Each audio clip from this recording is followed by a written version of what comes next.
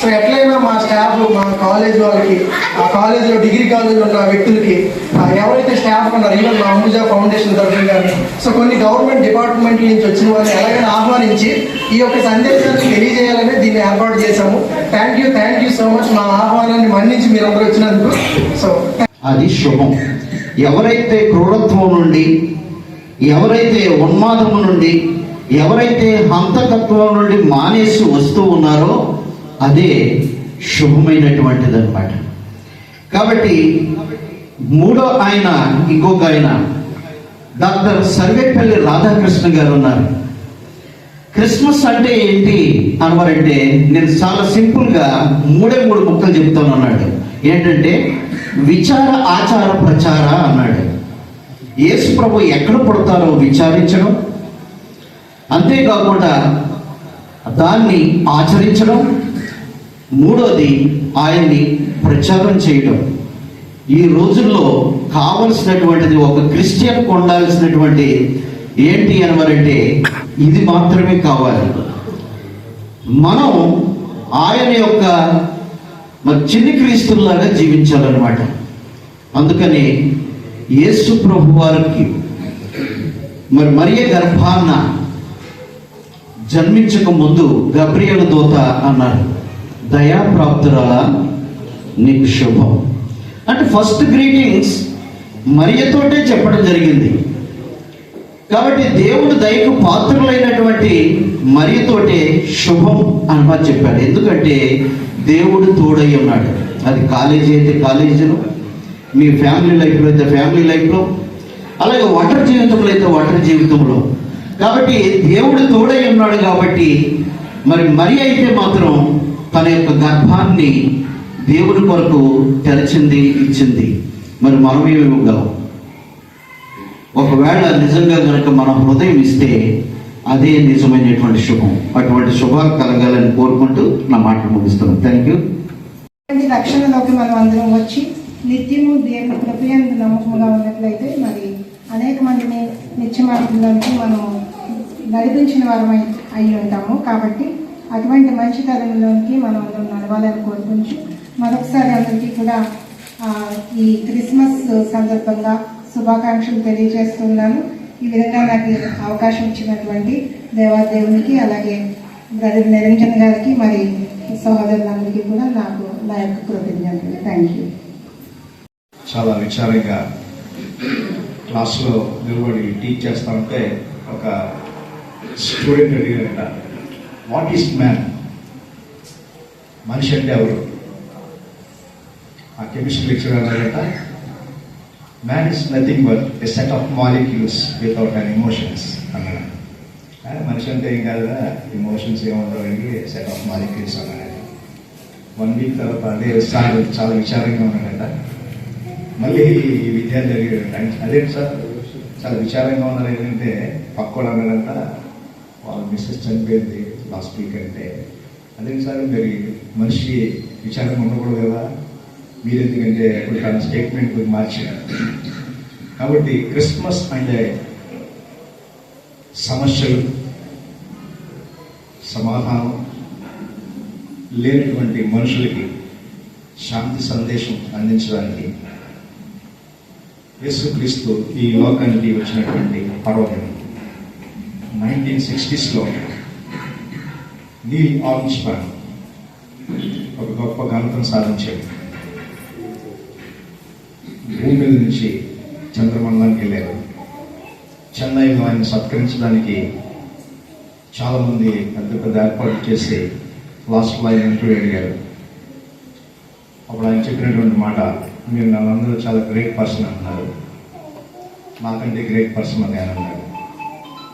నేను భూమి మీద నుంచి చంద్రమండలానికి వెళ్ళాను, కానీ ఆ గ్రేట్ పర్సన్ పరలోకం నుంచి భూమి మీదకి వచ్చాడు. నథింగ్ బట్ జీసస్ క్రైస్ట్ అని చెప్పాడట. కాబట్టి మనిషికి కావాల్సింది టెక్నాలజీ కాదు. టెక్నాలజీ అవసరమైతే దేవుడు సైంటిస్ట్ని పంపించేవాడు. మనిషికి మనీ కాదు, మనీ అవసరమైతే ఎకానమిస్ట్ని పంపించేవాడు.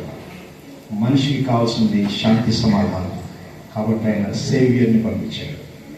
అందుకనే బైబిల్లో లూకాసు సువార్తలో 2వ అధ్యాయం 10వ వచనం ఏమంటారంటే, ప్రజలందరికీ కలుగు మహా సంతోషకరమైన సువార్తమానం. ప్రజలందరికీ అంటే Christmas is a global festival. ప్రజలందరికీ, నాట్ ఇండియా, ప్రజలందరికీ ఎన్ని దేశాలు ఉన్నాయో గ్లోబల్ ఫెస్టివల్. ప్రజలందరికీ కలుగు మహా అన్నాడు. మహా అంటే great festival, global and great. మూడవది సంతోషకరమైన సువార్తమానం, good news. Good news, Christmas వచ్చే గుడ్ న్యూస్ అంటే ఏంటంటే, మనకి చీకట్లో ఉన్నటువంటి మనిషికి వెలుగునివ్వడానికి ఆయన ఈ లోకానికి వచ్చాడు. అందుకనే క్రిస్మస్ అనగానే స్టార్స్ మనం చూస్తాం. ఆ స్టార్ యొక్క సిగ్నిఫికెన్స్ ఏంటంటే, లోకంలో ఉన్నటువంటి స్టార్ మనిషికి ఏదైతే వెలుగుని చూపిస్తారో, యేసుక్రీస్తు కూడా ఈ లోకానికి వచ్చి మనుషులకి లైట్ని ఇచ్చాడు. కాబట్టి ఆ లైట్లో మనం నడుస్తూ నిజమైనటువంటి క్రిస్మస్ సంతోషాన్ని, ఆనందాన్ని ఈ భూమి మీద మనకి ఇవ్వడానికి యేసుక్రీస్తు నరావతారిగా ఈ లోకానికి వచ్చిన పర్వదినం. కాబట్టి ఆ పర్వదినంలో మనమందరూ కూడా ఆ గొప్ప వెలుగులో నడుస్తూ అనేక మందిని ఆ వెలుగును చూపిస్తూ ఆ గొప్ప సంతోషము, శాంతి, సమాధానం పొందుకోవాలని మనస్ఫూర్తిగా కోరుకుంటూ మా యొక్క గ్రీటింగ్స్ ముగిస్తాం. Thank you.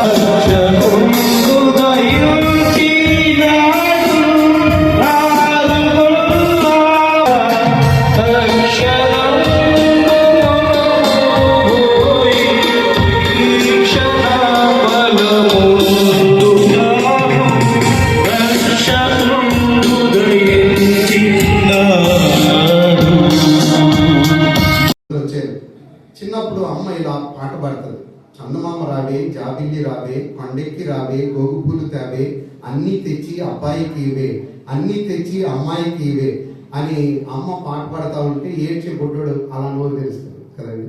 అప్పుడు అమ్మ భోజనం పెడుతుంది, అది తిని మనందరం ఇంతయ్యాం. అవునంటారు కాదంటారు ఖచ్చితంగా. కానీ ఇప్పుడున్న జనరేషన్కి వాడికి చందమామ పాట అవసరం లేదు, సెల్ ఫోన్ కావాలి. ఆ ఫోన్ ఇస్తే చాలు, వాడు ఏడు మానేస్తాడు. చక్కగా ఎన్ని గంటలైనా టైం స్పెండ్ చేస్తారు. రైట్, కొత్త జబ్బు ఐసోమానియా అని కొత్త జబ్బు వచ్చింది, దాన్ని ఎక్కువ చూడటం ద్వారా. వాళ్ళు సెల్ ఫోన్ ఇస్తే చాలు. ఎందుకు చెప్పాను ఈ మాట అంటే, ఒకవేళ ఇలా అడిగితే చందమామ చందమామ నువ్వు ఎందుకున్నావే అంటే, నేను రాత్రి నేలటానికి ఉన్నాను అని సమాధానం చెప్తుంది. సూర్యుడా సూర్యుడా నువ్వెందుకున్నావు అంటే, నేను పగటి నేలటానికి ఉన్నాను అని సూర్యుడు కూడా సమాధానం చెప్తాడు. సముద్రమా సముద్రమా నువ్వెందుకున్నావు అంటే, నన్ను సృష్టించినటువంటి సృష్టికర్తని నా ఘోష ద్వారా నేను స్తుతిస్తా ఉన్నాను అని సముద్రం కూడా చెప్తుంది. మరి మాటలు రావు కదా సార్ అని అనొచ్చు. కానీ ఇంగ్లీష్లో సారు కళ్యాణ్ చక్రవర్తి గారు అనుకున్నారు, చక్కగా చెప్పారు స్టార్టింగ్ లో, విట్నెస్ అని, సాక్షులుగా ఉండాలి అని. అంటే మాటలు రానటువంటి వాటికి మాటలు ఇస్తే దాన్ని ఇంగ్లీష్ లో పర్సానిఫికేషన్ అంటారు. అంతే కదా సార్, కరెక్టే కదా. పర్సానిఫికేషన్ అంటే మాటలు రానివి మాట్లాడినట్టు. అంటే మాటలు రానటువంటి వీటికి ఒక పర్పస్ ఉంటే, ఒక ఉద్దేశం ఉంటే, మరి అద్భుతంగా మనం ఎన్ని కార్యాలు చేయగలమో, ఎంత అద్భుతంగా మాట్లాడగలమో. మరి నీకు నాకు కూడా ఒక ఉద్దేశం ఉండాలి. యేసు ప్రభువు ఈ లోకంలోనికి రావటానికి కూడా ఒక ఉద్దేశం ఉండాలి. దేవుడే తన మహిమనంతటిని వదులుకొని ఈ భూలోకానికి వచ్చాడు అంటే, ఈ భూమి మీద కాలు పెట్టాడు అంటే, behind that what I believe there is a purpose. దాని వెనక ఒక అద్భుతమైనటువంటి ఉద్దేశం ఉంది. ఈ దినాన కొద్ది నిమిషాల్లో ఆ ఉద్దేశాన్ని ఖచ్చితంగా మనం తెలుసుకోవాల్సిందే. చిన్నప్పుడు ఇలా చదువుకున్నాను, చందమామ రావే జాబిల్లి రావే అని చదువుకుంటూ నా స్టూడెంట్స్ని అడుగుతా ఉంటాను అప్పుడప్పుడు. ఏమనంటే స్టూడెంట్స్ విద్యార్థులతో ఎక్కువ మాట్లాడటం నాకు ఇష్టం, మీకు కూడా ఇష్టం. ఎక్కువ టీచర్స్ ఇలా ఉన్నారు. వాళ్ళు మేము కాలేజీలో వస్తూ ఉంటే good morning sir, good afternoon sir అంటారు. మేము అనుకుంటాం అబ్బాయి ఎంత రెస్పెక్ట్ అని అనుకుంటాం. మేము చూడగానే అంటారు. అందుకని I like them so much. అరే ఇక్కడ కూర్చోవద్దు అంటే ఇక్కడే కూర్చుంటాను సార్, మీకు ఏమైనా అభ్యంతరం అంటారు. అరే అటు చూడకూడదంటే నేను ఇటే చూస్తాను సార్ అంటారు. అరే లారీ వస్తుందా అంటే ఒంటి చేతి ఆపేస్తాను సార్, నా ముందు సార్ అంటారు. అరే నువ్వు చచ్చిపోతావంటే ఏదో లేపేస్తాను సార్ అంటాడు. అరే అది పందిరా అంటే వెరీ బ్యూటిఫుల్ సార్, చాలా బాగుంది సార్ అంటారు. అందుకే యూత్తో మాట్లాడటం నాకు చాలా ఇష్టం. చిన్నప్పుడు ఇలా చదువుకున్నాను. తల్లి భారతీ వందనం, మేమంతా నీ పిల్లలం, నీ చల్లని ఒడిలో మల్లెలం, చదువులు బాగా చదివేదమమ్మ, జాతి గౌరవం పెంచడమమ్మ. కదండి, మన జాతి గౌరవాన్ని పెంచుతున్నామా తుంచుతున్నామా అంటే still it is a question mark. నా స్టూడెంట్స్ని అడుగుతాను, పెంచుతున్నామా తుంచుతున్నామా అంటే still it is a question mark. ఒకవేళ మన జాతి గౌరవాన్ని పెంచితే ఇంత వైలెన్స్ ఉండకూడదు. మన జాతి గౌరవాన్ని మనం పెంచుతా ఉంటే లంచగొండితనం ఉండకూడదు. మన జాతి గౌరవాన్ని మనం పెంచుతా ఉంటే 8 సంవత్సరాల అమ్మాయిని రేప్ చేయకూడదు. మన జాతి గౌరవాన్ని మనం పెంచుతా ఉంటే స్కూల్లో టీచరు విద్యార్థికి ప్రేమ లేఖ అనేది రాకూడదు. పేపర్లో, న్యూస్ పేపర్, నేను చెప్పేది న్యూస్ పేపర్లో వచ్చేది, న్యూస్ పేపర్లో రాకూడదు. ఒకవేళ ఇలా పెంచుతా ఉంటే పోలీస్ స్టేషన్స్ ఉండకూడదు మనకి.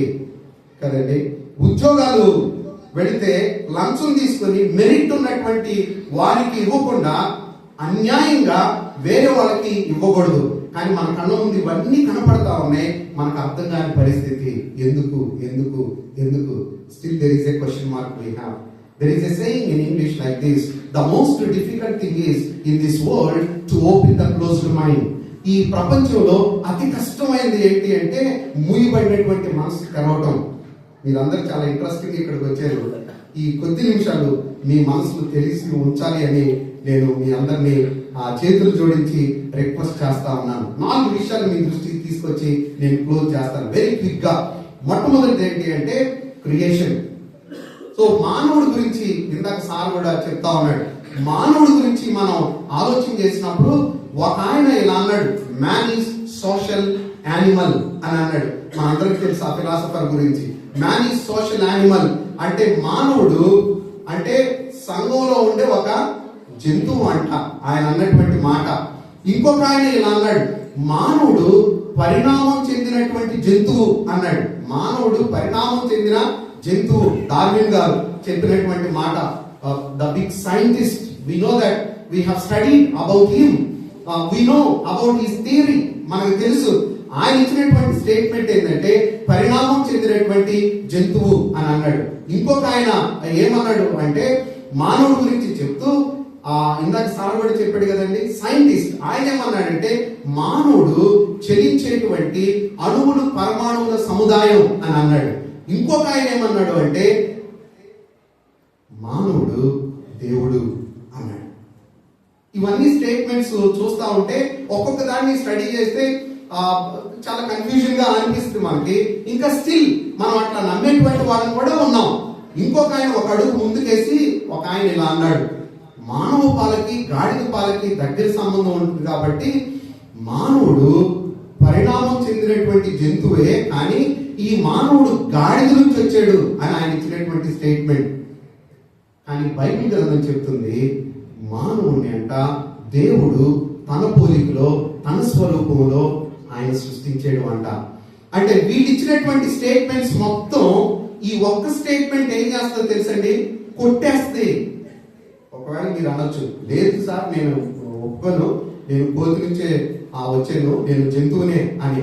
ఎందుకంటే డార్విన్ గారు చెప్పారు, అనుకోకుండా అనుకోని ఒక సమయంలో సముద్రంలో లేదా నీటిలో తెలియకుండానే నిర్జీవ పదార్థాల నుంచి జీవ పదార్థం వచ్చింది. మొట్టమొదట ఏకకణ జీవులు వచ్చినాయి. దాన్ని ఆయన అన్నాడు ప్రోటోజోవా అన్నాడు. ప్రోటోజోవా, పోరిఫెరా, సిలిండ్రేటా, ప్లాటిహెల్మింథిస్, నిమాటిహెల్మింథిస్, అన్లెడా, ఆర్ద్రోపోడా, మొలస్కా, ఎకైనోడర్మేటా ఆయన చెప్తా వచ్చాడు. తర్వాత కప్పు వచ్చిందంట, ఆ కప్పు నుంచి తొండ వచ్చిందంట, అక్కడి నుంచి పిల్లి వచ్చిందంట, పిల్లి నుంచి కోతి వచ్చిందంట, కోతి నుంచి నువ్వు నేను వచ్చామంట.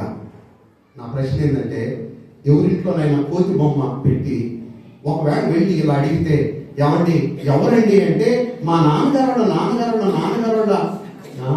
మా ముత్తాత అండి అని చెప్పే ఇల్లు ఇక్కడ రంపచోడవరంలో ఉంటే నేను వస్తాను, నన్ను తీసుకెళ్ళండి ప్లీజ్, నేను కూడా చూస్తాను. ఒకవేళ ఎవరినైనా పొరపాటున కోతి అంటే ఏమంటారు తెలుసా? మీ ఇంట్లో వాళ్ళందరూ కోతులు కానీ మేము మాత్రం కాదు అంటాడు. ఈయన అన్నాడు లేదు గాడిద పాల నుంచి మనిషి పాలకి గాడిద పాలకి దగ్గర సంబంధం ఉంది కాబట్టి ఇలా వచ్చుండొచ్చు అని ఈయన స్టేట్మెంట్ ఇస్తే, ఒకవేళ ఎవరినైనా గాడిద అంటే ఊరుకుంటారండి? ఏదో తీసుకొని కొట్టడానికి వచ్చేస్తారు కదా. నన్ను గాడిద అంటావా? యాక్సెప్ట్ చేయరు. అరే మన యాన్సిస్టర్స్ గాడిదలే కదా, కోతులే కదా అంటే యాక్సెప్ట్ చేస్తారా అంటే అంగీకరించరు. అంటే మనకు అర్థమవుతా ఉంది వీఆర్ నాట్ యానిమల్స్, మనం జంతువులు కాదు అని. నిజంగానే ఈయన అన్నట్టు అణువులు పరమాణువుల సముదాయం అంటే beyond that today we have to think. దానికి అవతల కూడా మనం ఆలోచించాల్సిందే. అందుకే బైబిల్ గ్రంథం చెప్తా ఉంది, మానవునంట దేవుడు తన పోలికలో తన స్వరూపంలో ఆయన సృష్టించాడు అంట. అందుకే ఆయన ఇచ్చినటువంటి స్టేట్మెంట్ గాని మనం చూస్తే, బిబిలికల్ స్టేట్మెంట్ గాని మనం చూస్తే మనలో ఏం కనపడుతుందో తెలుసండి? Matter non matter. ఒకవేళ మ్యాటర్ అంటే మీకు కనపడేటువంటి ఈ శరీరాన్ని మనం పదార్థం అని అంటున్నాము. పదార్థేతరం కూడా ఉంది, లోపల పదార్థం ఉంది, పదార్థేతరం ఉంది. అందుకే అణువులు పరమాణువుల సముదాయం నుంచి మనం వస్తే ఒక సైంటిస్ట్ క్యాలిక్యులేట్ చేశాడు మనలో ఉన్నటువంటి కాల్షియం ఎంత, ఫాస్ఫరస్ ఎంత, కార్బన్ ఎంత, నైట్రోజన్, మెగ్నీషియం, వీటన్నిటిని క్యాలిక్యులేట్ చేసి ఆయన ఇచ్చినటువంటి రేట్ ఎంత అంటే 11 రూపాయల చిల్లర ఎంతో చెప్పాడు. అంటే your value is only 11 rupees అన్నాడు. ఒకవేళ ఇప్పుడు కానీ మనం అనుకుంటే ఒక 1000 అనుకున్నాం, రేట్లు పెరిగినాయి కాబట్టి. అంటే నా వాల్యూ 1000 1000 రూపాయలేనా? ఒకవేళ అణువులు పరమాణువుల నుంచి కానీ నేను వస్తే లోపల నాన్ మ్యాటర్ కదండి, ఇది ఉండటానికి అవకాశమే లేదు. ఏంటి నాన్ మ్యాటర్? పదార్థేతరం. ఏంటి అంటే సోల్ అండ్ స్పిరిట్. అంటే మానవుని తీసుకుంటే బాడీ ఉంది, సోల్ ఉంది, స్పిరిట్ ఉంది. సోల్లో మన ఆలోచనలు ఉన్నాయి, మన భావోద్రేకాలు ఉన్నాయి, మనకి ఇమోషన్స్ ఉన్నాయి, భావోద్రేకాలు ఉన్నాయి. ఒక్కరోడు ఇలా అన్నాడు, నీ ప్రేమ నాకు ఆక్సిజన్ అనుకున్నాను, కానీ మీ నాన్న కార్బన్ డైఆక్సైడ్ అయిపోయాడు, అందుకే నేను H2SO4 నవ్వుదామని.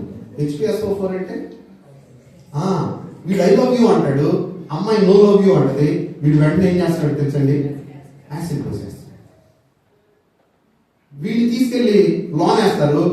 పాప మీ అమ్మాయి జీవితం కాలిపోతుంది, బలైపోతా ఉన్నారు. అది ఏంట్రా అంటే వాడి భావోద్రేకాలు. ఒకవేళ అణువులు పరమాణువుల నుంచి వస్తే ఆ భావోద్రేకాల్ని ఉండటానికి లేదు, కానీ మనలో భావోద్రేకాలు ఉన్నాయి కదా, మనకు అర్థం అవుతా ఉంది. ఒక మాలాంటి టీచర్స్ బాబుని అడిగారంట, అరే రాము ఏం నేర్చుకున్నారా మీ అమ్మ నాన్న దగ్గర నుంచి అంటే వాడు టక్కమని లేసి చేతులు పెట్టుకుని సార్ వ్యతిరేక పదాలు నేర్చుకున్నానండి అన్నాడంట. వ్యతిరేక పదాలు అంటే ఆపోజిట్ వర్డ్స్. ఒక లవ్ అంటే ఇంకొకళ్ళు కాదు, ఒక లవ్ అంటే కాదంట. వితిన్ సెకండ్స్ లో ఫ్యామిలీస్ కొలాప్స్ అయిపోతా ఉన్నాయి. వితిన్ సెకండ్స్ లోనే హైదరాబాద్ లో డాక్టర్స్ ఫ్యామిలీ పార్టీకి వెళ్ళొచ్చారు. తను ఏదో డ్రింక్ చేసినట్టున్నాడు, ఇద్దరు మధ్య చిన్న గొడవ అయిందంతే. తను ఇట్లా పాట మీద కూర్చొని ఉంది, వాళ్ళ మిస్సెస్ తనంతే ఇట్లా నెట్టేసాడు, వెనక్కి గోడ ఇది తగిలి స్పాట్ లో డెడ్.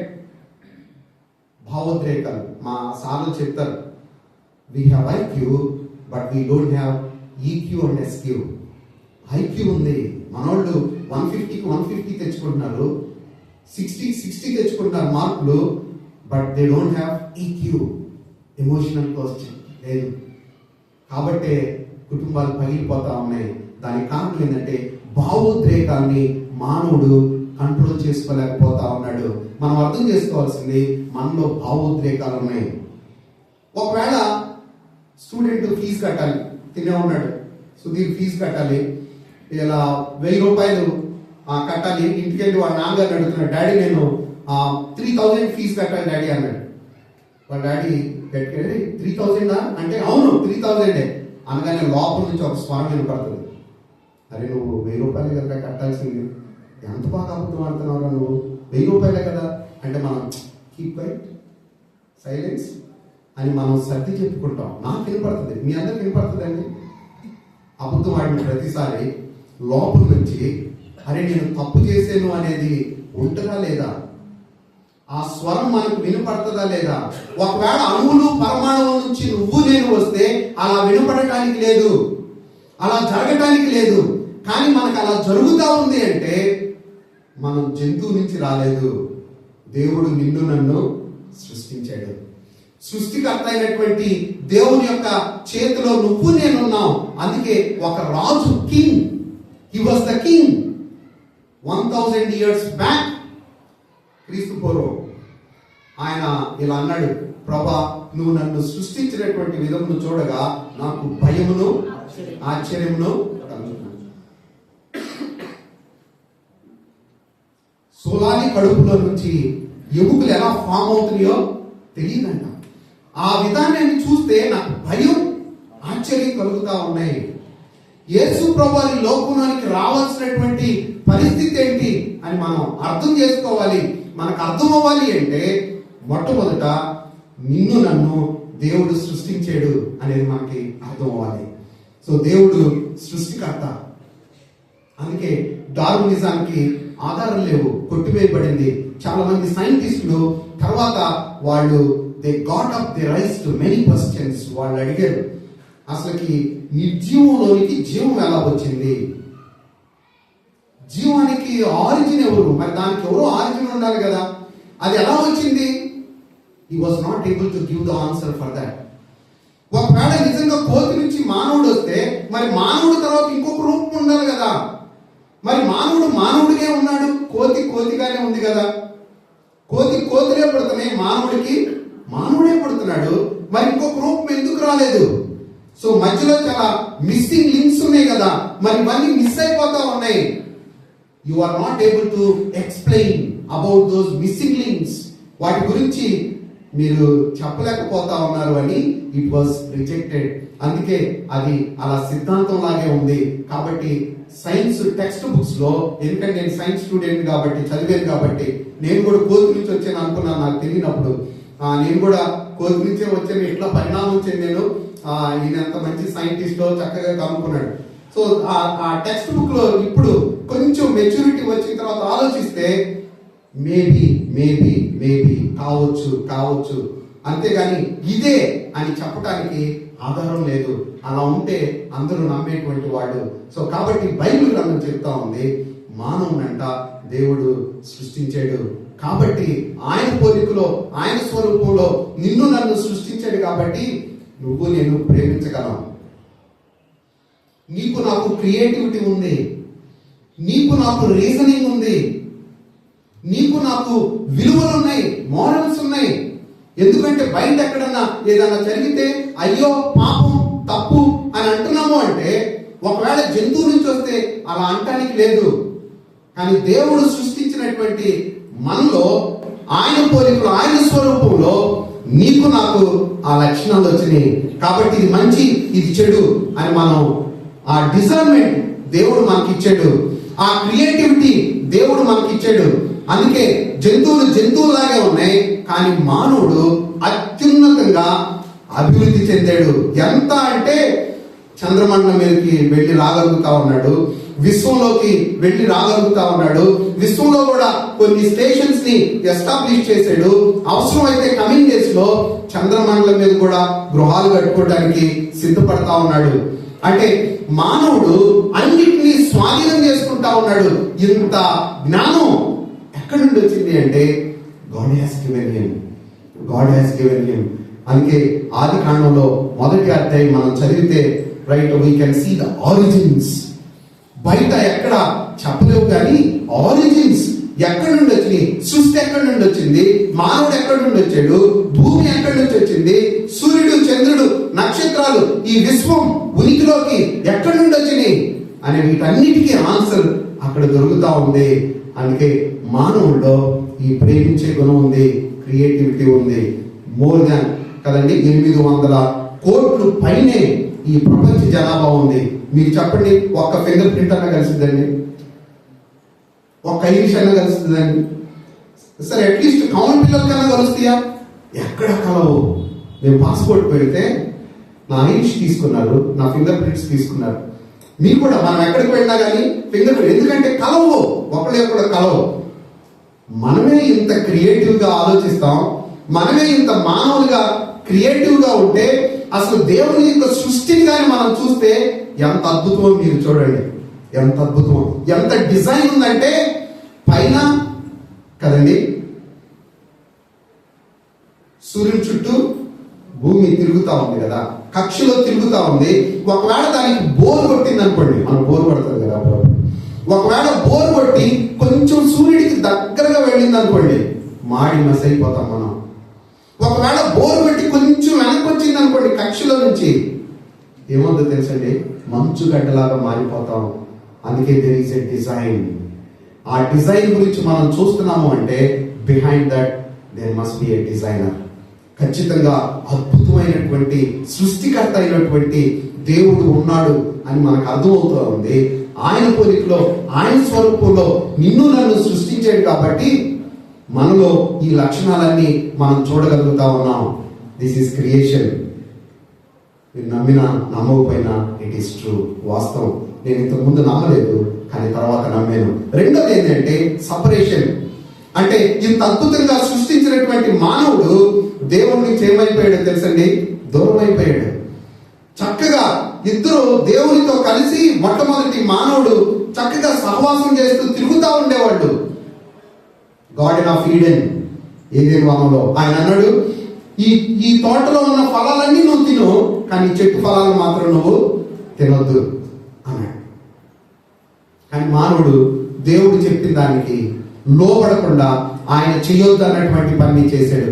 ఎప్పుడైతే ఆ ఫలాన్ని తిన్నాడో దేవుడు వచ్చి మాట్లాడుతూ ఉన్నాడు, ఆదం నువ్వు ఎక్కడున్నావు అంటే, ఆదం అంటా ఉన్నాడు, ప్రభువా నీ స్వరం విన్నప్పుడు నేను దిగంబరిని గనుక భయపడి దాగుకొంటిని. నీ స్వరం విన్నప్పుడు నేను దిగంబరిని గనుక భయపడి దాగుకొంటిని. అరే నువ్వు దిగంబరు అని నీకు చెప్పిన వాళ్ళు ఎవరు అంటే, దేవుడు ఇచ్చినటువంటి ఆ మహిమా వస్త్రాలను ఏం చేశాడో తెలుసండి, పోగొట్టుకున్నాడు. తన మహిమని పోగొట్టుకున్నాడు. ఇప్పుడు వెళ్ళిపోయి చెట్టు చాటున దాక్కోవాల్సినటువంటి పరిస్థితి. దాన్ని ఏమంటారు అంటే సైకలాజికల్ సపరేషన్. మొట్టమొదటి భయం ఈ ఉనికిలోనికి, ఈ భూమి మీదకి ఎప్పుడు వచ్చింది అంటే మానవుడు చేసినటువంటి తప్పును బట్టి. అందుకే మానవుడు దేవుడి నుంచి దూరం అయిపోయాడు. దాన్ని మనం ఏమంటున్నాము అంటే సపరేషన్ అంటున్నాం. బైబిల్ సింపుల్ గా ఏం చెప్తుంది అంటే దాన్ని పాపం అని అంటుంది. దేవునికి లోబడటానికి బదులుగా దేవునికి వ్యతిరేకించాడు. అందుకే నిన్ను నన్ను రోబోలాగా చేయలేదు, ఒక మరబొమ్మలాగా చేయలేదు. ఒకవేళ దేవుడు అలా చేస్తే ఆదాము హవ్వలు ఆ పండు తినేటప్పుడు టప్మని కొట్టేయాల్సింది చేతి మీద కదండి, కొట్టేలా. ఎందుకు అంటే choice is yours, choice is mine. మనం చూజ్ చేసుకునే దాన్ని దేవుడు నీకు నాకు ఇచ్చాడు. అందుకే మానవుడు దేవుడు చేయొద్దన్నటువంటి పని చేయటాన్ని బైబిల్ చెప్తా ఉంది పాపం అంటుంది. ఆజ్ఞని అతిక్రమించడమే పాపం అని అంటుంది, ఆజ్ఞాతిక్రమమే పాపం అని అంటుంది. కానీ బయట నేను ఎక్కడైనా ఈ మాట మీరు పాపులండి అంటే మీ ఇంట్లో వాళ్ళందరూ పాపులు కానీ మేము మాత్రం కాదు అంటారు. అసలు అంగీకరించరు, ఆ మాటని యాక్సెప్ట్ చేయరు. అందుకే ఒక ఆయన ఏమన్నాడు అంటే మానవుడే దేవుడు, పాపి కాదు అని అన్నాడు. కానీ నా ప్రశ్న ఏంటంటే, ఒకవేళ మనం ఇంట్లో నుంచి బయటకు వెళ్ళేటప్పుడు తాళాలు వేసేద్దామా తాళాలు తీసేద్దామండి? ఎందుకు తాళాలు ఎందుకు వేసేద్దాం? మీరు ఇప్పుడు ఇక్కడికి వస్తే తాళాలు వేసుకొని వచ్చారా తీసి వచ్చారా? ఇంట్లో ఎవరు లేకపోతే వేసే వచ్చారు కదండి. ఎందుకు? దొంగలు ఎవరున్నారు? అందరు దేవుళ్ళే కదా, అందరు దేవుళ్ళే కదా, దొరలే కదా. అందరూ దేవుళ్ళు అయితే మీ అమ్మాయిని, యవనంలో ఉన్న అమ్మాయిని బయటికి పంపండి ఒంటరిగా ఎక్కడికన్నా. ఎన్ని జాగ్రత్తలు చెప్తారో. ఇప్పుడు అమ్మాయిలే కదా, అబ్బాయిలకు కూడా ప్రొటెక్షన్ లేదు. ఎన్ని జాగ్రత్తలు. బెంగళూరులో 2-3 కేసులు సాఫ్ట్వేర్లో చేసే వాళ్ళని చంపేశారు, కిడ్నాప్ చేసి. రియల్ గా, లిటరల్ గా ప్రొటెక్షన్ లేదు. బయట ఉన్నటువంటి పరిస్థితులను మనం చూస్తా ఉంటే మనకు అర్థమవుతా ఉంది మానవుడు దేవుడు కాదు అని. అందుకే మీకు పోలీస్ స్టేషన్ లో, రైల్వే స్టేషన్ లో కదండి చిన్న నోటీస్ బోర్డులు పెడతారు. ఏమని? దొంగలు ఉన్నారు, జాగ్రత్త, దొంగలు ఉన్నారు, జాగ్రత్త. నేను మన విజయవాడ బస్ స్టాండ్ లో ఉన్నాను, అనౌన్స్ చేస్తా ఉన్నారు, మీ పక్కనే కూర్చొని ఉంటారు, మీ పక్కనే దొంగలు ఉంటారు, మీ వాళ్ళు ఏదైనా తెలియని వస్తువులు ఇస్తే తీసుకోవద్దు, ఏమైనా తినడానికి ఇస్తే మీరు తీసుకోవద్దు, దానిలో మత్తు మందు కలుపుతారు, మిమ్మల్ని మోసం చేస్తారు అంటే పోలీసులు ఏం చెప్తున్నారు? నీ పక్కన ఉన్నవాడు దేవుడు కాదు. ఎవరంటండి? దొంగ. Do you understand? అంటే మనలో పాపం ఉందని మనం అంగీకరించకపోయినా by birth we are sinners, by nature we are sinners, by doing we are sinners. మీరు చిన్నపిల్లల్ని ఇద్దరు తీసుకోండి, ఒకడికి గుప్పిడి నిండా చాక్లెట్ ఇవ్వండి, ఒకడికి ఒక చాక్లెట్ ఇవ్వండి. ఒక్క చాక్లెట్ ఇచ్చినాడు, mummy you are so good mummy, నాకు ఒక్క చాక్లెట్ ఇచ్చావు, అన్నకి చాలా చాక్లెట్ ఇచ్చావు అండో. ఆ ఒక్క చాక్లెట్ ఇసిరి పడతాడు, కింద పడి గిలగిలా కొట్టుకుంటాడు. వాడిని లేపు అడిగితే వాడు ఏమంటాడు తెలుసా? అది ఎందుకు ఏడుస్తున్నావు అంటే, అమ్మా అన్నకు అన్ని చాక్లెట్లు ఎందుకు ఇచ్చావు అమ్మా, నీకు కావాలంటే అడుగు. కానీ లోపల తెలియనటువంటి అసూయ, చిన్నోడే అసూయ. చిన్నపిల్లల్ని స్కూల్కి వెళ్ళడానికి రెడీ చేయగానే వాడు అప్పా మమ్మీ కడుపు లేపు మమ్మీ అంటాడు, మమ్మీ గుండె జారిపోయింది. వాడు అసలు చాలా యాక్షన్ చేస్తాడు, మమ్మీ కడుపు లేపు మమ్మీ అంటే సరే వద్దులే నన్ను ఉండిపోనా, వద్దులే ఒక్కరోజు వద్దులే నన్ను ఉండు. హాఫ్ అన్ అవర్ తర్వాత మీరు చూడండి వాడు డాన్సింగ్, జంపింగ్, రన్నింగ్ అన్ని. అరే నువ్వు అరగంట ముందు కడుపు లేపు అన్నావు కదరా అంటే వాడు మమ్మీ కలిసి నవ్వుతాడు. How fool you are mummy, how fool you are. అరే నీకు అబద్ధం చెప్పరా అని ఎవరు చెప్పారు? మనం నేర్పించామండి? నేర్పిలేదు కదా. అబద్ధం చెప్పరా అని ఎందుకు చెప్పారు? ఎవరు చెప్పారు? కాపీ కొట్టమని ఎవరు చెప్పారు? అప్పుడప్పుడు మమ్మల్ని ఫ్లయింగ్ స్క్వాడ్ వేస్తారు. ఒక డిగ్రీ కాలేజీలో చూస్తా ఉంటే కచ్చీప్ ఉంది, ఆ అమ్మాయి చక్కగా రాస్తుంది, బుద్ధిమంతురాల్లాగా ఉంది. నేను ఎందుకో వెళ్తూ ఆ కచ్చీప్ అట్లా అన్నా, దానిలో చాలా పేపర్లు ఉన్నట్టు అనిపించింది. నేను జనరల్గా ఆడపిల్లలు డబ్బులు పెట్టుకుంటారు కదా, మనీ ఏమో అనుకున్నాను. కానీ అది ఓపెన్ చేస్తే టిక్కెట్ల మీద వెనక వైపు పెన్సిల్తో సన్నగా ఎంత అద్భుతంగా రాసిందంటే కెమిస్ట్రీ ఈక్వేషన్స్ మొత్తం. దానికి స్పెండ్ చేసిన టైం కానీ చదువులో పెడితే ఫస్ట్ క్లాస్ వచ్చిండేది. అరే నీకు కాపీ కొట్టమని ఎవరు చెప్పారు? స్టూడెంట్స్ అడుగుతాను. ఒకవేళ ఇన్విజిలేటర్ లేకపోతే ఎగ్జామ్ రాసేటప్పుడు ఏమైంది అంటే గ్రూప్ డిస్కషన్ సార్, అది సీసీ కెమెరాలు, ఎగ్జామ్స్ లో పేపర్ లీక్ అవ్వకుండా ఎన్ని జాగ్రత్తలు తీసుకున్నా జరుగుతానే ఉన్నాయి. అంటే మనకు అర్థం అవుతా ఉంది మానవుల్లో ఏముందో తెలుసండి, పాపం ఉంది. అందుకే పాపం అది మంచిగానే అనిపిస్తుంది కానీ దాని కాన్సిక్వెన్సెస్ చాలా భయంకరమైనవి, చాలా తీవ్రమైనటువంటివి. అవి ఎంత భయంకరమైనవి అంటే ఒక వ్యక్తిని నిలువున నాశనం చేసేస్తాయి. మన లోపల ఉన్నటువంటిది క్షణికావేశంలో కదండి జీవితాల్ని పాడు చేసుకునేటువంటి పరిస్థితులు.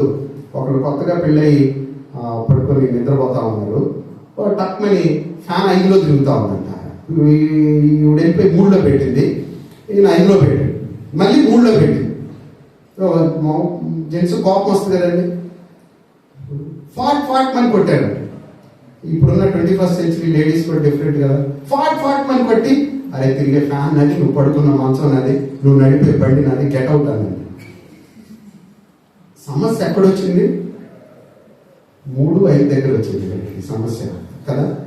మరి 3 ముళ్ళు ఏమైపోయింది, 7 అడుగులు ఏమైంది, జీలకర్ర బెల్లం ఏమైపోయింది కదా, తూచి అన్నారు. అర్థం కావట్లేదు. అరే ఎందుకు అంటే చిన్న చిన్న విషయాల్లో కూడా అడ్జస్ట్ అవ్వలేనటువంటి పరిస్థితి. కాన్ఫ్లిక్ట్స్ టీచర్స్ కూడా చంపేస్తున్నారు. టీచర్స్ కూడా ఏదైనా డిసిప్లిన్ చేయడానికి మీరు ప్రయత్నం చేస్తే లేపేస్తున్నారు. నేను నా స్టూడెంట్స్ కి చెప్తా ఉంటాం, వీఆర్ ప్రిపేరింగ్ ద టీచర్స్. నేను వాళ్ళకి చెప్తాను, ఏం చెప్తానంటే the present generation is sensitive generation. Gen Z ఒకవేళ వాడిని లేపి నువ్వు తిట్టేవనుకో, వాడు ఏం చేస్తాడు తెలిసి ఇంటికి పోయి ఒక లెటర్ రాస్తాడు. మమ్మీ డాడీ నా చావు కారణం ఫలానా సారు, నేను చచ్చిపోతున్నాను కానీ నేను చనిపోయిన తర్వాత ఈ సార్ను మాత్రం వదిలిపెట్టద్దు. ఫినిష్, నీ లైఫ్ అంతా కథం. వాడు చిన్న ఉత్తరం చాలు కింద సంతకం పెట్టేస్తాడు. అవసరమైతే కోసుకొని రక్తంతో పెడతాడు సంతకం, నేను చచ్చిపోతున్నాను మమ్మీ అని. వాడు నిజంగా చచ్చిపోతాడు. కానీ ఆ లెటర్ ఉంటుంది కదా, ద ప్రజెంట్ జనరేషన్ పేరెంట్స్ కూడా ఏమనంటే వెళ్ళిపోయేటువంటి పరిస్థితి. తెలియకుండానే విచ్చలవిడితనం పెరిగిపోయింది. మీకు ఒక విషయం తెలుసండి, పేరెంట్స్ ని రాత్రికి రాత్రి చంపేస్తున్నారు. ఎందుకంటే చంపేస్తే ఆస్తులు వస్తాయంట, ఎల్ఐసీలు వస్తాయంట కదండి. దీని అందరికీ కారణం ఏంటి? నిర్భయ చట్టం వచ్చింది, కేసులు పెరుగుతున్నాయా తగ్గుతున్నాయా అంటే మీరేం చెప్తారండి? పెరుగుతూనే ఉన్నాయి. ఒక జడ్జి గారు తలబట్టుకొని కూర్చున్నాడు. అరే కారణం ఏంటి? దీనికి అర్థం కావట్లేదు. ఇన్ని చట్టాలు తీసుకొస్తున్నాం కానీ కేసులు పెరుగుతా ఉన్నాయి. దానికి కారణం ఏంటి అంటే మనలో ఉన్నటువంటి పాపం అండి. అందుకే ఈ పాపం మనిషిని డిప్రెషన్ లో తీసుకొని వెళ్తుంది. ఈ పాపం మనిషిని ఒంటరితనంలో తీసుకొని వెళ్తుంది. ఈ పాపం మనుషుల మధ్య సంబంధాన్ని తెగిపోయేటట్టు చేస్తే, ఈ పాపం కాన్ఫ్లిక్ట్స్ తీసుకొని వస్తుంది, భయంకరత్వాన్ని ఈ పాపం తీసుకొని వస్తుంది. అందుకే ఈ పాపాన్ని బట్టే ఈ భూమి కూడా శపించబడింది. దాన్ని ఏమంటామంటే ఎకలాజికల్ సపరేషన్ అని అంటాం. మనకు తెలియకుండానే భూకంపాలు వస్తా ఉన్నాయి, సడన్ విపత్తులు జరుగుతా ఉన్నాయి. ఇలాంటి భూముల్ని 30 భూముల్ని నాశనం చేసేటువంటి అణు సంపత్తి మన దగ్గర ఉంది. దాన్ని ఎక్కడ దాచిపెట్టారు తెలుసండి? భూమిలోనే దాచిపెట్టారు. ఇలాంటి భూముల్ని 30 భూముల్ని నాశనం చేసే అణు సంపత్తి, ఇంత క్రూరత్వం, మనిషిని చంపాలనేటువంటి క్రూరత్వం మానవుడికి ఎక్కడి నుండి వచ్చింది అంటే ఈ పాపం నుంచి. అందుకే రెండోది సపరేషన్, దీనికి కారణం ఏంటంటే పాపం. మూడోది ఇనిషియేషన్. నేను క్లోజ్ చేస్తాను 10 minutes లో. ఇనిషియేషన్, దేవుడే చొరవ తీసుకున్నాడు. వీటన్నిటిలో నుంచి బయటపడటానికి మానవుడు ప్రయత్నం చేస్తా ఉంటాడు కదండి. ఆ ప్రయత్నం చేసే దాన్ని రిలీజియన్ అన్నాడు. కానీ దేవుడే మానవుడికి మార్గం చూపించడానికి వెతుక్కుంటా వస్తే దాన్ని రెవల్యూషన్, ప్రత్యక్షత అన్నాడు. అంటే దేవుడు తనంతట తాను మానవుడిని వెతుక్కుంటా రావాల్సి వచ్చింది. అంటే ఇంత అద్భుతమైనటువంటి సృష్టికర్త అయినటువంటి, ఇంత సృష్టిని సృష్టించినటువంటి దేవుడు మానవుడుగా, నరుడుగా ఆయన లోకంలోనికి రావటానికి కారణం ఏంటి అంటే పాపం. ఇప్పుడు చీమతో నేను మాట్లాడాలనుకోండి, ఇప్పుడు నేనేమవ్వాలి? చీమనవ్వాలి. Hey and you go that side, come this side అంటే no, you cannot understand what I'm talking. నేను చీమనవ్వాలి. అనంతుడైనటువంటి దేవుడు, అనంత జ్ఞానం కలిగినటువంటి దేవుడు, సర్వశక్తిమంతుడైనటువంటి దేవుడు ఆయన రక్త మాంసాల్లో పాలివాడై నరుడిగా ఈ లోకంలోనికి రావాల్సి వచ్చింది. అందుకే ఇదిగో ప్రజలందరికీ కలుగుబో మహా సంతోషకరమైన శుభవర్తమానం, నేడు రక్షకుడు మీ కొరకు పుట్టి ఉన్నాడు. ఈ గుడ్ న్యూస్ అంటండి. ఆ గుడ్ న్యూస్ యేసయ్య ఈ లోకంలోనికి రావడానికి. ఏ రక్త మాంసాల్లో పాలివాడవకపోతే ఏమవుతుంది? వీళ్ళ పాపాలు తొలగింపబడును గాక అంటే తొలగిపోవచ్చు కదా. కానీ రావాల్సినటువంటి పరిస్థితి ఏంటి అంటే పాపం వల్ల వచ్చే జీతం మరణం. పాపం వల్ల వచ్చే జీతం మరణం. అయితే ఆయన లోకంలోనికి రావటానికి చరిత్ర చెప్తా ఉంది. అందుకే ఒక ఆయన అన్నాడు హిస్టరీ గురించి చెప్తూ, హిస్టరీ ఈజ్ హిస్ స్టోరీ అంటాడు. హిస్టరీ ఈజ్ హిస్ స్టోరీ అంటే అతని చరిత్ర. ఆయన ఈ లోకంలోనికి రావటంతో చరిత్రని మార్చివేసినటువంటి దేవుడు. ఆయన ఈ లోకంలోనికి రాకపోతే చరిత్రకి అర్థమే లేదు. మనం క్రీస్తు శకం క్రీస్తు పూర్వం అని మనం మాట్లాడుతూ ఉన్నాము అంటే బికాస్ ఆఫ్ హిమ్. ఎందుకు అయినా అంటే ఇంకంతకన్నా మంచి వ్యక్తులు లేరా, గొప్ప వ్యక్తులు లేరా, ఎందుకు వాడిని తీసుకోలేదు అంటే వాళ్ళందరినీ ఒక చోటకి తీసుకొని వచ్చినప్పుడు ఎవరిని తీసుకుంటే బాగుంటది ఈ చరిత్రని డివైడ్ చేయడానికంటే వాళ్ళకు వచ్చినటువంటి వ్యక్తి పేరేంటో తెలుసండి, జీసస్ క్రైస్ట్. ఎందుకు అంటే కత్తి ఉపయోగించకుండా కదండి, ఎవరిని చంపేయకుండా, కత్తిని ఉపయోగించకుండా తన ప్రేమ ద్వారా ప్రపంచం మొత్తాన్ని ప్రభావితం చేసినటువంటి వ్యక్తి. ఇప్పటికీ కూడా ఆయన ప్రభావితం చేస్తూనే ఉన్నాడు. అందుకే ఆ గుడ్ న్యూస్ మీ దగ్గరికి తీసుకొని రావాలనేటువంటి ఉద్దేశంతోనే మిమ్మల్ని అందరినీ ఆహ్వానించాల్సి వచ్చింది. అందుకే ఆయన ఈ లోకంలోకి వచ్చాడు. చరిత్ర ఆధారాలు ఉన్నాయి, చరిత్ర చెప్తా ఉంది. అందుకే క్రీస్తు శకం క్రీస్తు పూర్వం అని విభాగించబడింది.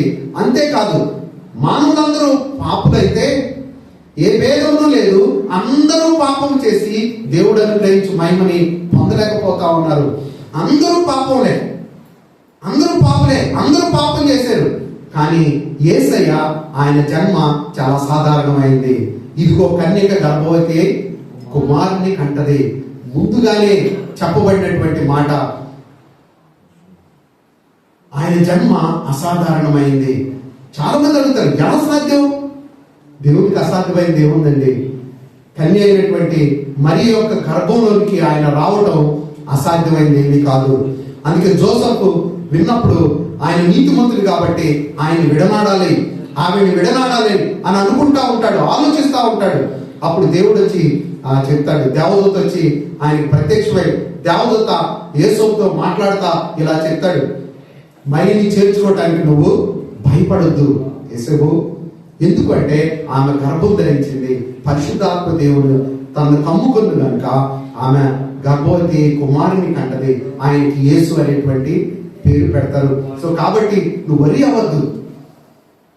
మరి దగ్గరికి వచ్చి దేవదూత వచ్చి మరి దగ్గర చెప్తా ఉంటాడు, దయాప్రాప్తురాలా నీకు శుభము, నువ్వు గర్భవతి కుమారుని కంటావు, ఆయనకి యేసు అనే పేరు అని చెప్తా. అయ్యో నేను పురుషుని అనుకున్నాను కదా, ఇది ఎలా సాధ్యం అని కూడా అర్థం కాదు. అప్పుడు దేవుడు పరిశుద్ధాత్మ దేవదూతలు వచ్చి ఎక్స్ప్లెయిన్ చేస్తారు మొత్తం. పరిశుద్ధాత్ముడు నిన్ను కమ్ముకొను కనుక నువ్వు గర్భవతి కుమారుని కంటావు. అప్పుడు ఆవిడ యాక్సెప్ట్ చేస్తుంది దాన్ని. అప్పటికే అక్కడ ఉన్నటువంటి కన్యకులు ఎదురు చూస్తా ఉన్నారు అంట, ఈ రక్షకుడు వాళ్ళ గర్భంలోకి రావాలి అని. అందుకే యేసయ్య జన్మ చాలా అసాధారణమైంది. ఆయన పాపం లేకుండా ఈ లోకంలో జన్మించాడు. ఇంకొకటి ఏంటో తెలుసండి, ప్రొఫెసీ. ముందుగానే యేసు ప్రభువారు పుడతారని ప్రవచించారు. 1000 సంవత్సరాల క్రితం, 600 సంవత్సరాల క్రితం, 500 సంవత్సరాల క్రితం, 1500 సంవత్సరాల క్రితం ముందుగానే ప్రవచించారు.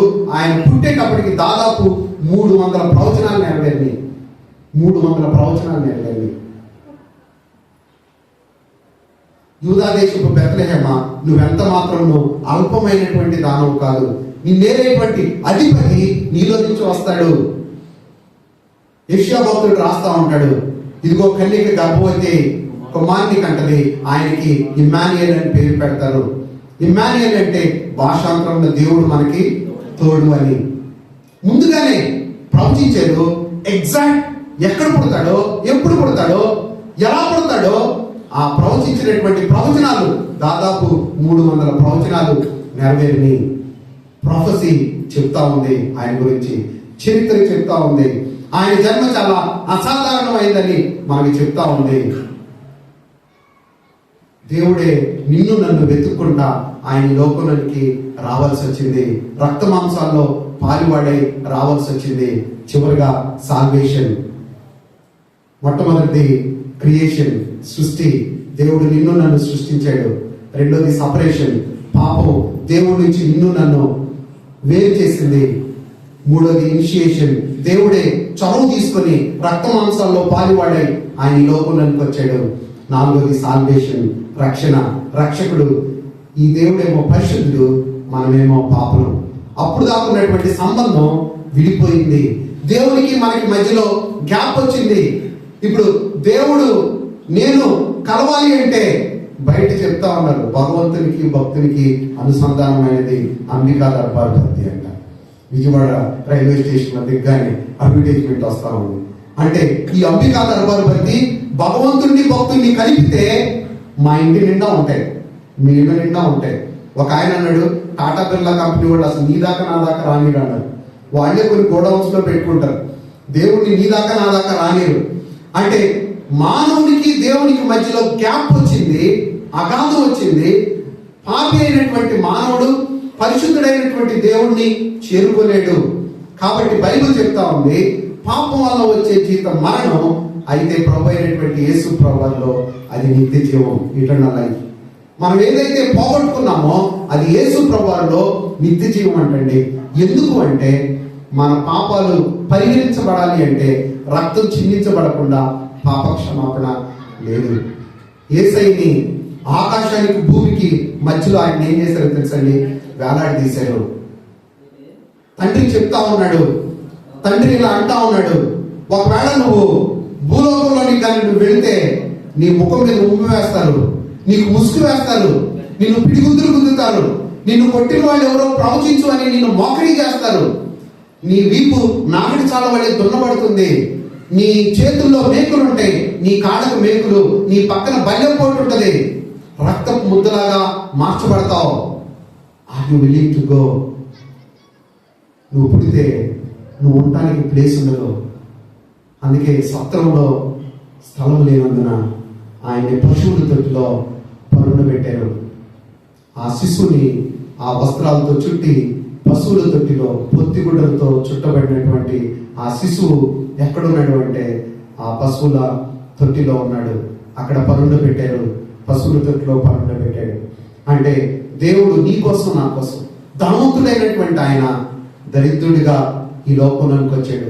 అన్ని వదులుకొని తన మహిమనంతటిని వదిలిపెట్టుకొని ఆయన ఈ లోకంలోనికి రావడానికి కారణం ఏంటంటే రక్తం చిందించబడకుండా పాప క్షమాపణ లేదు. ఎందుకంటే ఆయనది పరిశుద్ధమైన, అమూల్యమైన, నిష్కలంకమైనటువంటి రక్తం. దేవుడు ఎంత ప్రేమమయుడో అంత న్యాయవంతుడు కూడా. ఆదాము అవ్వల్ని ఏదేను వనం నుంచి ఆయన గెంటి వేసాడు. పంపించినటువంటి వాడు ఊరుకుండొచ్చు కదా, కానీ ఊరుకుండలేదు. ఆయన కూడా మళ్ళీ వెతుక్కుంటా వెళ్ళాడు.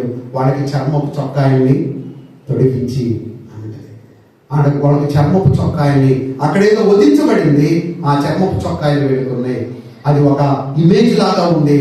నీకు నాకు పోగొట్టుకున్నటువంటి ఆ స్వర్గాన్ని ఇవ్వటానికి, నువ్వు నేను పోగొట్టుకున్నటువంటి ఆ మహిమని ఇవ్వటానికి దేవుడే నరుడిగా రక్త మాంసాల్లో పాలివాడై ఆయన లోకంలోకి వచ్చి ఆయన నీ కోసం నా కోసం బలియాగంగా చేయబడ్డాడు. దానిలో ఏముందో తెలుసండి? ప్రేమ ఉంది, దానిలో ప్రేమ ఉంది. ఒకవేళ దేవుడు నేను అడిగితే, lord how much do you love మీ అంటే ఆయన అంటాడు, దిస్ మచ్. మనం పుట్టుకు దినాన ఆయన మరణం గురించి ఎందుకు మాట్లాడుతున్నాం అంటే ఈ మరణం గురించి మాట్లాడకపోతే నిత్య జీవమే లేదు. అందుకే ఆయన జన్మ చాలా అసాధారణమైంది. ఆయన మానవులందరి కొరకు పాపాన్ని తీసివేయటానికి ఆయన లోకంలో జన్మించాడు. పాపం లేకుండా జన్మించాడు, పాపం లేకుండా జీవించాడు. నాలో పాపం ఉందని మీలో ఎవరైనా రూపించగలరా అని శబ్దం చేశాడు. అంతేకాదు మనందరి కొరకు నీకు నాకు రావాల్సిన శిక్ష అంతటిని తన మీద వేసుకొని తను మరణించాడు. మూడో దినాన తిరిగి మృత్యుంజయుడే లేచాడు. నేను నమ్మటానికి కారణం ఏంటంటే ఇలా నా కోసం చనిపోయి నా పాపాలని తీసివేయటం కొరకు చనిపోయి మూడో దినాన తిరిగి లేచినటువంటి దేవుడు ఎవరు లేరండి. మరణాన్ని జయించి లేచినటువంటి దేవుడు ఎవరు లేరు. అందుకే ప్రపంచం మొత్తం ఆయన అంగీకరించడానికి కారణం ఏంటి అంటే ఆయన మృత్యుంజయుడు అనేటువంటి దేవుడు. అందుకే యేసుక్రీస్తు అందరికీ ప్రభు. పాపభారం మోసుకొని పోవచ్చున్న సమస్త జనులారా నా ఎద్దుకు రండి, నేను మీకు విశ్రాంతిని ఇస్తాను. ఇదిగో ప్రజలందరికీ కలుగుపోవు మహా సంతోషకరమైన శుభవర్తమానం, నేడు రక్షకుడు మీ కొరకు పుట్టి ఉన్నాడు. ఇదిగో కన్యక గర్భవతి కుమారుని కంటది, ఆయనకి యేసు అని పేరు పెడతారు. యేసు అంటే తన ప్రజలను వారి పాపం నుండి రక్షిస్తాడు. అందుకే పాపాన్ని తీసివేసే మెడిసిన్ ఇంకా రాలేదు మార్కెట్లోకి, వ్యాక్సిన్ లేవు వాటికి. పాపాన్ని తీసివేసే ఒకే ఒక మార్గం యేసయ్య మార్గం. అందుకే ఆయన రక్షకుడు అయ్యాడు. గుడ్డివాడికి త్రోవ చూయించలేడు కదండి, గుడ్డివాడికి త్రోవ చూయించలేడు. ఒక పాపం చేసినటువంటి వ్యక్తి ఇంకొక పాపం చేసినటువంటి వ్యక్తిని రక్షించలేడు. పాపం చేయనటువంటి ఈ పరిశుద్ధుడైనటువంటి దేవుడు ఆయన నిన్ను నన్ను రక్షించగలిగినటువంటి సమర్థుడైనటువంటి దేవుడు. ఈ దినాన ఈ క్రిస్మస్ మనం జరుపుకుంటా ఉన్నాం, సెలబ్రేట్ చేసుకుంటా ఉన్నాం. మీ హృదయాల్లో శాంతి కావాలి అంటే, నెమ్మది కావాలి అంటే, సంతోషం కావాలి అంటే, కుటుంబాలు మంచిగా ఉండాలి అంటే ఒక్క మాట యేసయ్యతో చెప్తే, యేసయ్య నాకు కూడా సంతోషం సమాధానం కావాలి, నాకు ఇవ్వవా అని దేవుడు మనం ఒక మాట అడిగితే ఆ శాంతి సంతోషం సమాధానాన్ని ఇస్తాడు. జక్కయ్య ఒక ఆయన ఉంటాడు బైబిల్ గ్రంథంలో, పుట్టాడు పరిగెత్తుకుంటూ వస్తాడు, ఎట్టయినా యేసయ్యని చూడాలి అని టకటకమని చెట్టు కూర్చుంటాడు. జక్కయ్య అంటే అర్థం ఏంటంటే పవిత్రుడు, ఆయన పేరుకి అర్థం పవిత్రుడు. He was a tax collector, సుంకాన్ని వసూలు చేస్తా ఉంటాడు. కరెక్ట్ యేసయ్య ఎక్కడికి వచ్చి అట్లా చూస్తాడు, పైకి చూడగానే జక్కయ్య ఉంటాడు, జక్కయ్య త్వరగా దిగిరా నేను మీ ఇంటికి వస్తాను అనగానే టకటకమని దిగి వస్తాడు. వాడి ఇంటికి వెళ్తాడు. అప్పుడు దాకా చూస్తున్నటువంటి జక్కయ్య యేసయ్యని తన గృహంలో తీసుకొని వెళ్తాడు. అక్కడికి వెళ్ళిన తర్వాత యేసయ్యతో మాట్లాడిన తర్వాత ఇప్పుడు ఆయన ఏమంటాడు తెలుసండి, నేను ఎవరి దగ్గర అయితే ఎక్కువగా ఇవన్నీ తీసుకున్నానో దానికి 4 అంతలు నేను తిరిగి చెల్లిస్తాను. తన కన్ఫ్యూస్ అవుతా ఉన్నాడు, ఒప్పుకుంటా ఉన్నాడు, సెటిల్ చేసుకుంటా ఉన్నాడు. ప్రభా ఇదిగో నాలో ఈ పాపం ఉంది, తప్పు ఉంది, సెటిల్ చేసుకుంటా ఉన్నాను, నీ దగ్గర 4 అంతలు ఇస్తాను, నన్ను క్షమించు అంటే ఆయన అన్నాడు, ఇతను కూడా అబ్రహాం కుమారుడే, ఇంటికి రక్షణ వచ్చింది. సో మన కుటుంబాలకి, మన వ్యక్తిగత జీవితాలకి రక్షణ రావాలి అంటే అంగీకరించడమే. గొల్లలు ఆ టైంలో దేవదూత మాట విని అక్కడికి వెళ్ళారు, చూశారు, యేసయ్యని స్తుతించుకుంటా అక్కడి నుంచి వెళ్ళారు. జ్ఞానులు మ్యాగీ అంటారు, తూర్పు దేశపు జ్ఞానులు, అంత జ్ఞానవంతులైనటువంటి వాళ్ళు ఆ నక్షత్రాన్ని చూసుకుంటూ నడిపిస్తా ఉంది. వాళ్ళు అక్కడికి వచ్చారు. అక్కడికి వచ్చి దేవుణ్ణి పూజించి బంగారం సాంబ్రాణి బోడాన్ని సమర్పించి అక్కడి నుంచి వాళ్ళు వెళ్ళేటప్పుడు దేవుడు వాళ్ళతో మాట్లాడతాడు. వాళ్ళు మార్గాన్ని మార్చుకొని వెళతారు. మీరు ఇటు వెళ్ళొద్దు, మీరు ఈ మార్గాన్ని వెళ్ళండి. దేవుడు డైరెక్ట్ చేస్తాడు. ఈ దినాన మీరు కూడా యేసయ్య దగ్గరికి వచ్చారు, మీరు కూడా యేసయ్య దగ్గరికి వచ్చారు. మీరు ఇక్కడి నుంచి వెళ్ళేటప్పుడు మరి మీరేం తీసుకొని వెళ్తారో చాయిస్ ఈజ్ యువర్స్. క్రిస్మస్ అంటే క్రిస్టోస్ మాస్ అనే పదాల నుంచి వచ్చింది. అంటే క్రీస్తుని ఆరాధించడం, మహింపరచడం. మన పాపాన్ని మనం తీసివేసుకున్నప్పుడు, మనం యాజిటీస్గా కన్ఫెస్ అయ్యి ఒప్పుకున్నప్పుడు, మన ఏ కులమైనా, ఏ మతమైనా, ఏ ప్రాంతమైనా ఈయనందరికీ దేవుడు కాబట్టి ఆయన మన పాపాన్ని క్షమించి మన కుటుంబాన్ని, మన వ్యక్తిగత జీవితాన్ని ఆయన సంతోషంగా మార్చడానికి ఆయన ఇష్టంగా ఉన్నాడు. అందుకే ఈ మాట చెప్పి ముగిస్తాను. దేవుడు లోకం ఎంతో ప్రేమించెను కాగా తన అద్వితీయ కుమారుని యందు విశ్వాసం ఉంచు ప్రతివాడు నశింపగా నిత్య జీవాన్ని పొందినట్లు ఆయన మనకు. సో యేసయ్య ఈ లోకంలోనికి రావడంలో దేవుని ప్రేమ మనకు అర్థమవుతా ఉంది, ఆయన త్యాగం మనకు అర్థమవుతా ఉంది. పాపం మనది, శిక్ష ఆయనది. నువ్వు నేను చనిపోవాలి, కానీ నీకు నాకు బదులుగా ఆయన సఫర్ అయ్యాడు. సఫరింగ్ మనది, కానీ అనుభవించింది దేవుడు. ఇలాంటి గొప్ప దేవుడు ఈ దినాన అడుగుతా ఉన్నాడు.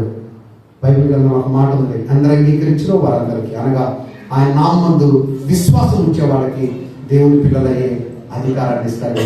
ఒకవేళ దినాన్ని మనం అంగీకరించగలిగితే ఆయన బిడ్డలయ్యేటువంటి అధికారాన్ని దేవుడు నీకు నాకు అనుగ్రహిస్తాడు.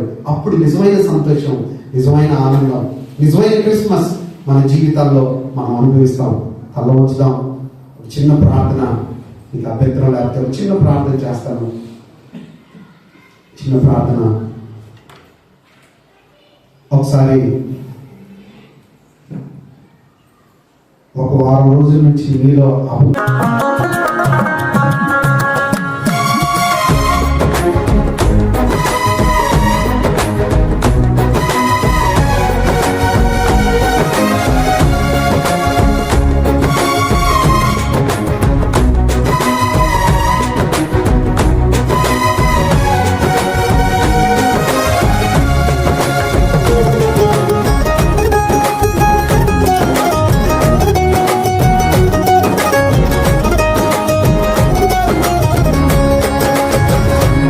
నీకేగా నా స్తుతి మాలిక,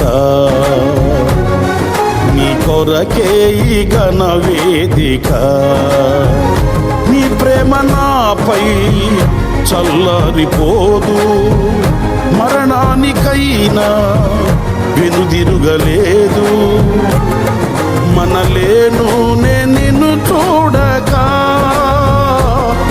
మహాగణుడనా యేసయ్యా. నీకేగా నా స్తుతి మాలిక, నీ కొరకే ఈ ఘన వేదిక.